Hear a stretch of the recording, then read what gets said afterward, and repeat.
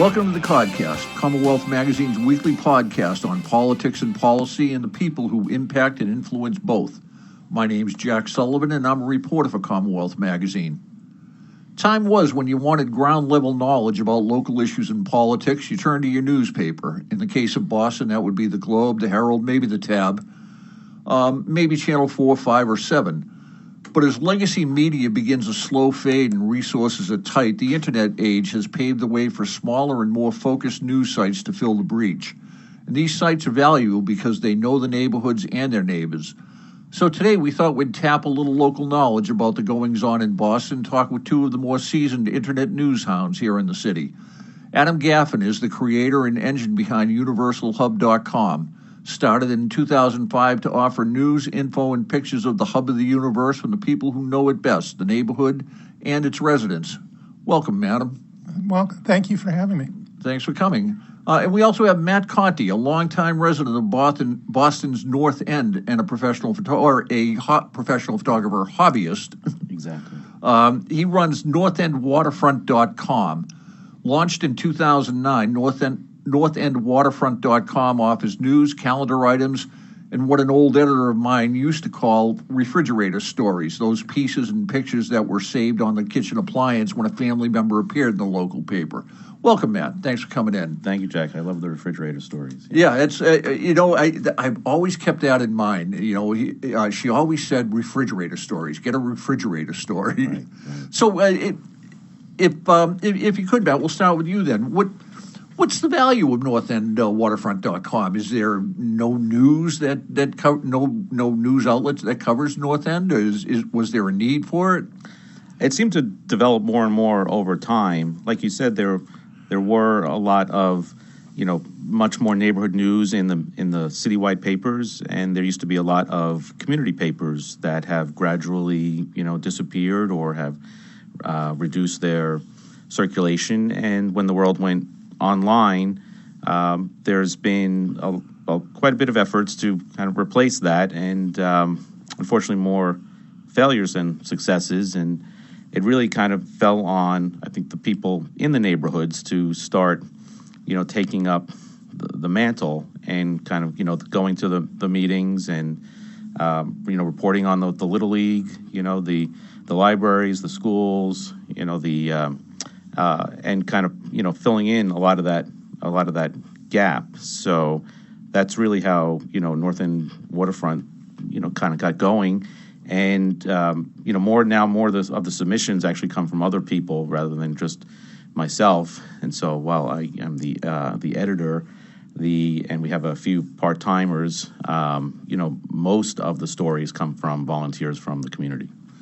Adam, your Universal Hub is really the grandfather, I think, of city blogs around here. And I remember when you first started it, it seemed like it was an aggregator that people would contribute to. But more and more, I'm reading news in there. I'm seeing you go cover different meetings and do some more shoe leather reporting. Is that an accurate observation? Yeah, and part of it's because I'm doing it full time now, whereas before it was originally a hobby. But one of the things that's happened, I think, as Matt talked about, volunteer submissions, everybody is out there with a camera, their cell phone. And when something happens now, they take a picture of it. They write down a tweet or maybe a Facebook post, but more often a tweet. And there's all this news that's going on out there. And I've managed to tap into that, I hope. Just a couple of days ago, somebody got shot. Somebody took a picture of the crime scene and sent it to my attention. It's that kind of thing. Everybody wants to be a reporter, but there's still a role for an editor to sort of aggregate that stuff and to bring it all together into a package and, call the police and say, hey, what happened? Well, that brings up a good point, Adam. I know back when I was a young reporter, and we're talking a long time ago, young reporter, with the Globe, and then as a city editor for the Herald, those kinds of incidents were regular fare that we would cover. It was launch all ships. There doesn't seem to be as much now. Do you find yourself getting more traffic on those kinds of things on your website? Actually, The thing I get a lot of traffic on is photos of turkeys, problems with the tea, bicycles. But, one of the things that's interesting about Boston, if you look at the rest of the country, there's a phenomenal number of what they call news deserts, places where the local media has, as Matt said, basically fallen apart. That's not really the case in Boston. We still have 2 daily independent newspapers. We've got, TV stations that do actual reporting. We've got 2 NPR stations that are competing against each other with newsrooms. And yet, with all that, there are still things that they miss. One of the reasons I got into crime stuff especially was I was coming home one night several years ago, and Washington Street, which is the main street in my neighborhood, was just shut down. And it turned out 2 kids had gotten shot at rush hour in the middle of, literally as they were crossing the street, in the middle of the street. And there was nothing in the media about it. I think since then, the Globe especially has picked up. WFX Channel 25, I think, actually does a good job at sort of this breaking crime stuff. But there's still, Boston's a big city, and there are just lots of things happening in the neighborhoods that they're not covering.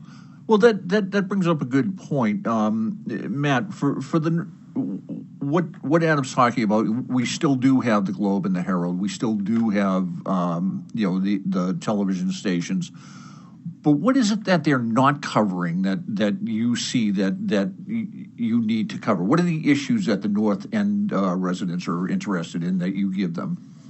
Well, just from I think a lot of the citywide papers have gone broader, right? Their audience is largely they have to appeal to the wider swath, and so the local ins and outs have kind of fallen by the wayside. So there used to be, when I started this and when I was on the neighborhood councils and the neighborhood groups, there oftentimes was a Globe or Herald reporter in the meeting. That's no longer the case unless there's some major story or something, or situation.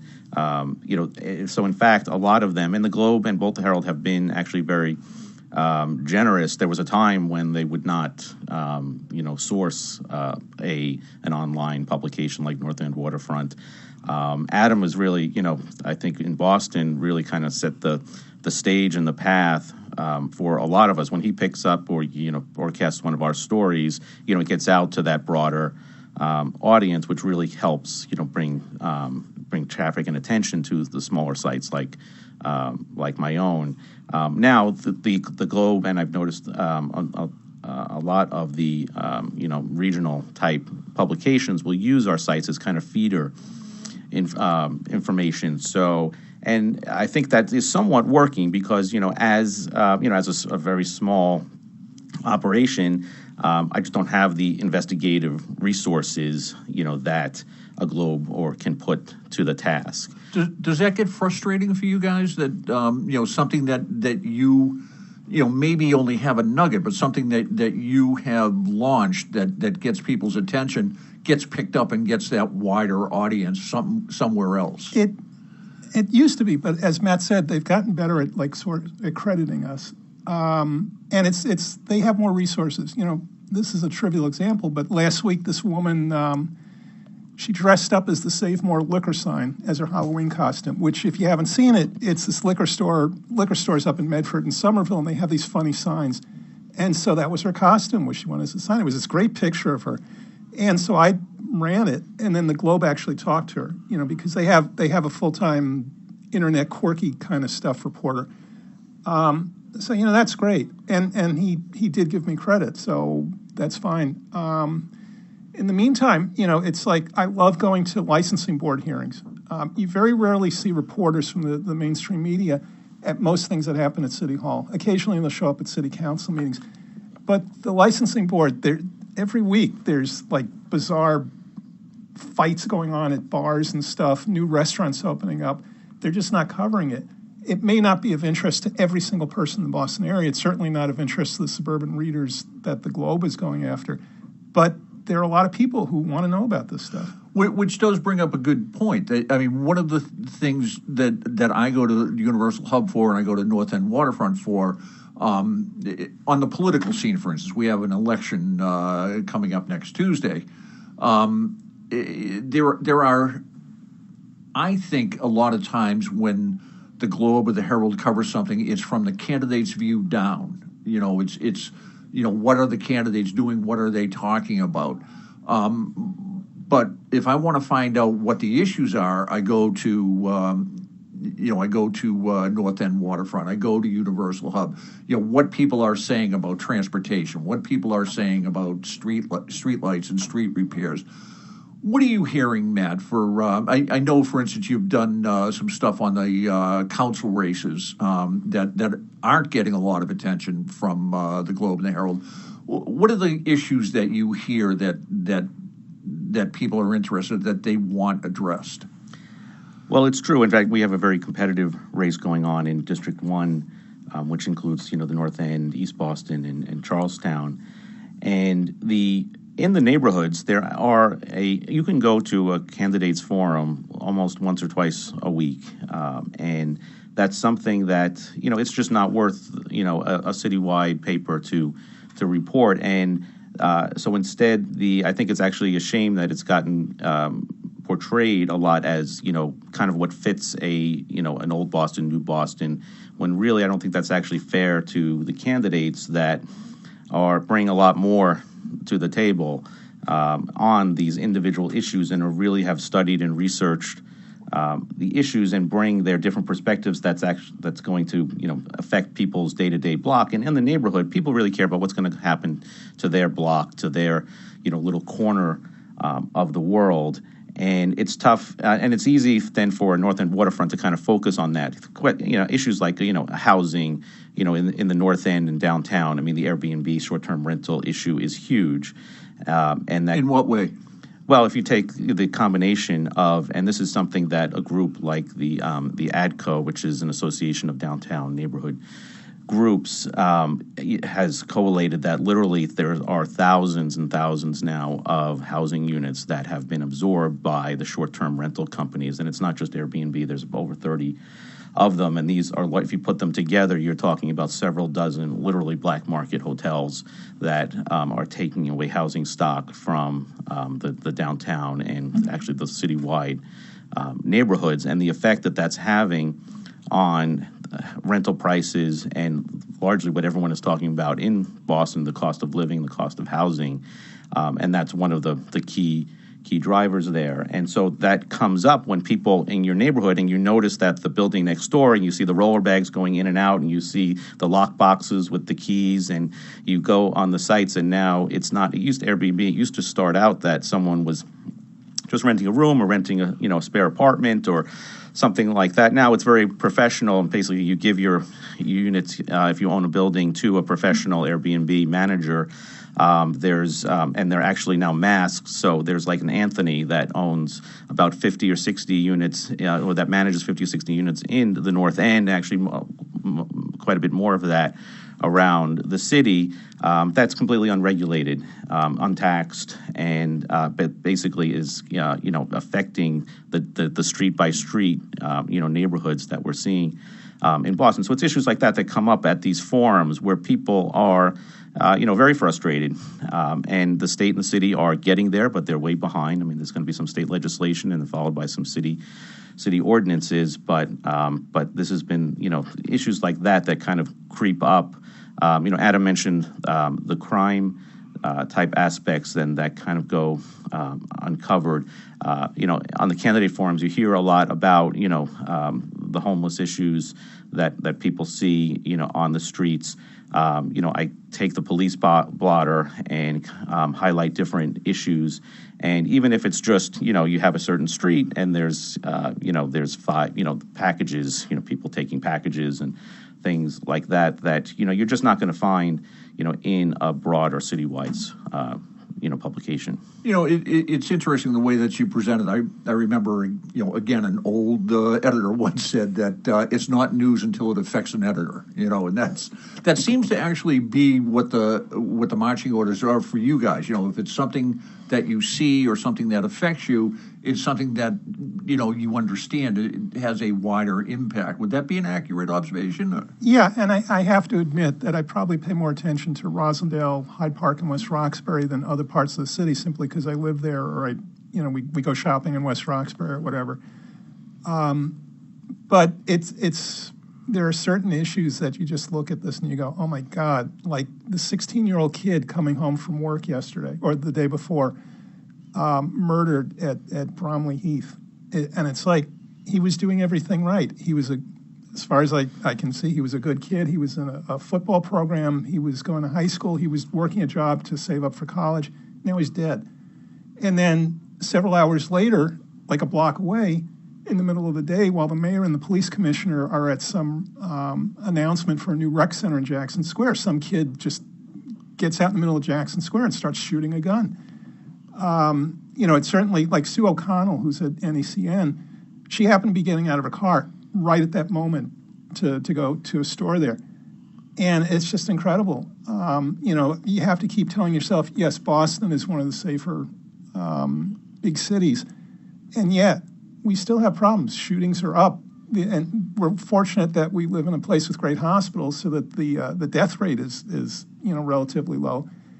But there are certain issues out there that I don't really see being addressed in the mayoral race because I don't see that a lot of people aren't paying attention to that race. It's been an interesting thing. I mean, you've got, you do have a race, but it just doesn't seem like it's getting as much attention as it might have some other time. When you say it doesn't get much attention, is it not getting much attention from the media, or not getting much attention from the people you talk with, the people that are in the neighborhoods? Both. I mean, you don't even like I'm in a big political neighborhood. You don't see a lot of Walsh signs, and it's funny. Do you see a lot of Jackson signs? He doesn't have a lot, but it's interesting. You can tell that all the big Jackson signs in the area were put up there by Doug Bennett because they're the same places that used to have Bennett signs because Bennett, is really into signs. And Doug Bennett is? Doug Bennett is a guy who, up until this year, ran for everything all the time, every year, and never really did very well. But I don't hear people talking, about the mayoral race like they might have 4 years ago. 4 years ago, it was a big thing. I mean, obviously because Menino had left and there were like 13 candidates. This just isn't something that people bring up like first thing. What's the big political discussion in the North End, Matt? What are you hearing? Is there much talk about the mayoral race, or is it like what Adam's saying, that there's not a lot of people that are real focused on it? I'd say, again, the mayoral race has kind of taken a back seat to a lot of the city council races, which folks are, again, from the neighborhood level, your district councilor is kind of your first line of defense or, advocacy in City Hall. But Tito Jackson came to, a forum last week in the North End, got a packed house, and the mayor had a city councilor, stand in for him, at that piece. And I think that was, one of the few opportunities to hear. And, I think he's a great speaker. He has a lot of issues that you're not going to hear from, an incumbent type issue and candidate. And I think that people find that, pretty fascinating, and it gets them thinking, even though, obviously it sounds like the race is going to be pretty lopsided, but there still is the process itself is very important, and the issues that challengers bring up, I think are key. Adam can talk more about the city council and that, the clown that's in the race and kind of that, that gets a lot of attention. But there are, issues again, behind that. The singular clown? Well, the only one who admits it. The city council, getting back to the whole issue of coverage and everything, we're in a strong mayor city. The city council doesn't have a lot of direct influence on what goes on at City Hall, except it's a bully pulpit. And one of the things I think mainstream media misses by not going to city councils a lot is a lot of the issues that come up in Boston first percolate through the city council. And it's partly because of what largely because of what Matt said.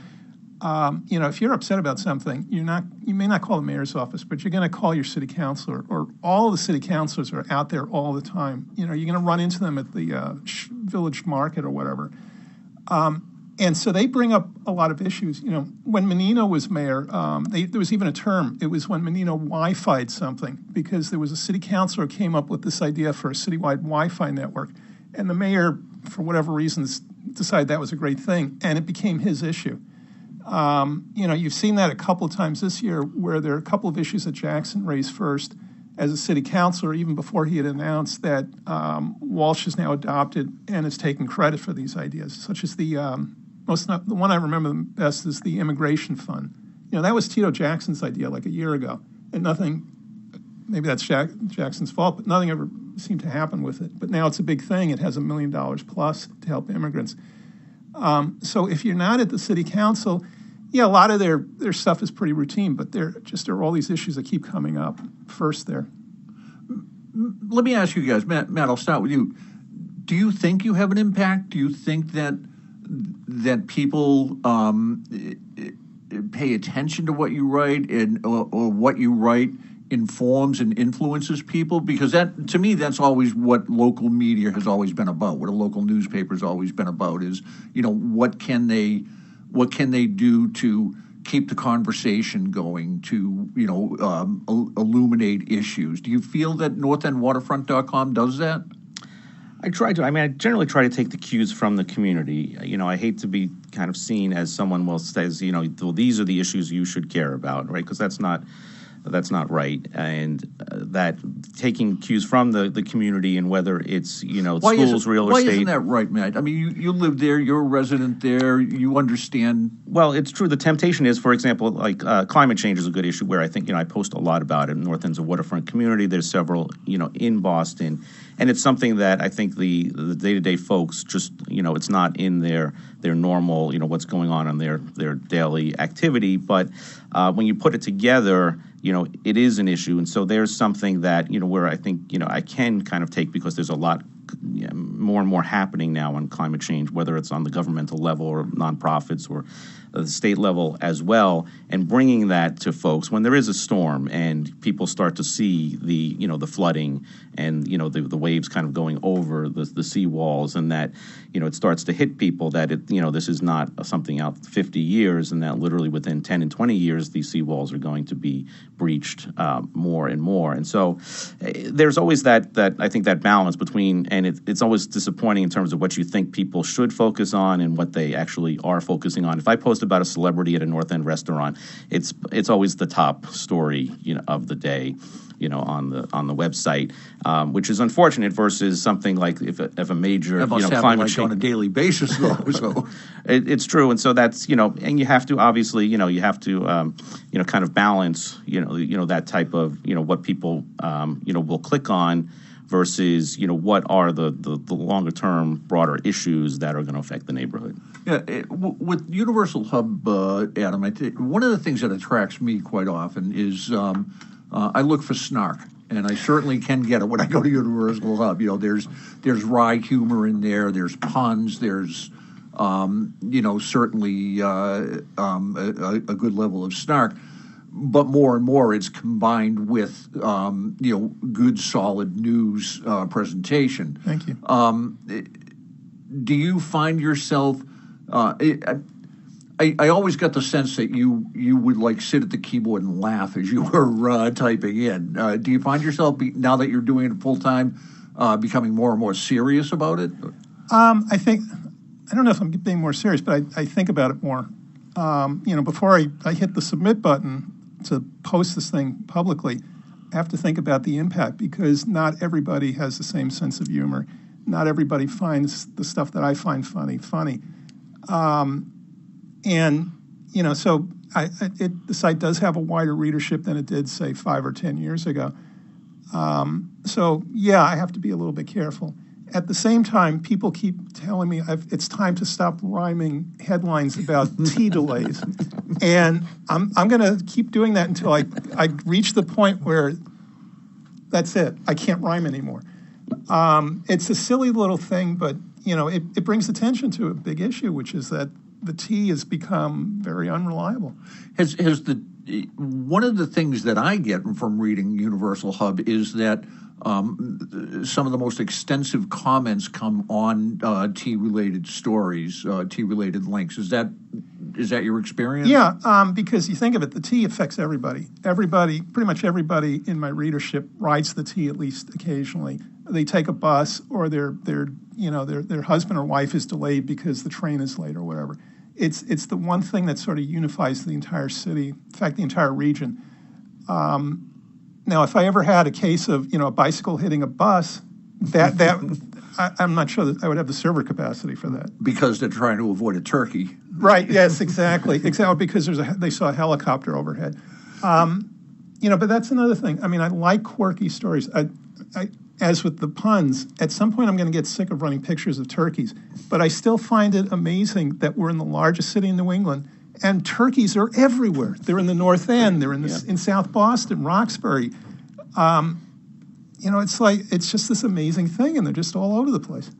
Yeah, one thing about, and we'll kind of wrap it up here, Matt. One of the things that I noticed about northendwaterfront.com is that it has more of a, I mean, it's kind of foolish to say in the internet age, a more traditional news site look to it, because, in the internet, nothing's traditional at this point. But it has that kind of a news presentation with, segregated stories and sections and right. topics. Is that an intent on your part, or is it just developed that way? An intent. I mean, one of the luxuries as a community news site, and really the only way this works is, and in Boston, I think it's particularly appropriate as a city of neighborhoods.